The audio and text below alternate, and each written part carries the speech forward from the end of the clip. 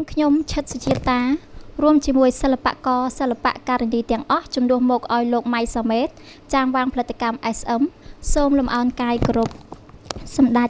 ទ្រង់អាយដាមលោកជំទាវអ្នកអុកញ៉ាអស់លោកស្រីដែលតែងតែនិយមគាំទ្រនៅផលិតកម្ម SM យើងខ្ញុំនៅក្នុងឱកាសបុណ្យណូអែលឆ្នាំចាស់ផ្លាស់ចូលឆ្នាំថ្មីយើងខ្ញុំទាំងអស់គ្នាសូមប្រសិទ្ធពរជ័យដល់អស់លោកស្រីអ្នកនាងកញ្ញាសូមឲ្យជួបតែពុទ្ធពរទាំង5ប្រការគឺអាយុវណ្ណៈសុខៈពលៈនិងបដិភានៈកុំបីឃ្លៀងឃ្លាតឡើយចាហើយនៅចុងបញ្ចប់នេះផងដែរផលិតកម្ម SM យើងខ្ញុំក៏សូមខន្តីអភ័យទោសនៅរាល់ចំណុចខុសឆ្គងទាំងឡាយគឺសុទ្ធតែកើតឡើងដោយអចេតនាប្រសិនបើលោកអ្នកចង់កែតម្រូវក្នុងន័យស្ថាបនាសូមអញ្ជើញតាក់ទងទៅលោកម៉ៃសាមេតដែលជាចាងវាងផលិតកម្មផ្ទាល់តាមទូរស័ព្ទលេខ562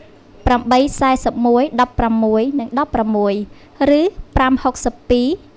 433 2203ចាហើយជាបន្តទៅទៀតនេះសូមរីករាយស្ដាប់ជាមួយនឹងបទចម្រៀងជូនពរពីក្រុមតារាប្រចាំផលិតកម្ម SM យើងខ្ញុំសូមអញ្ជើញ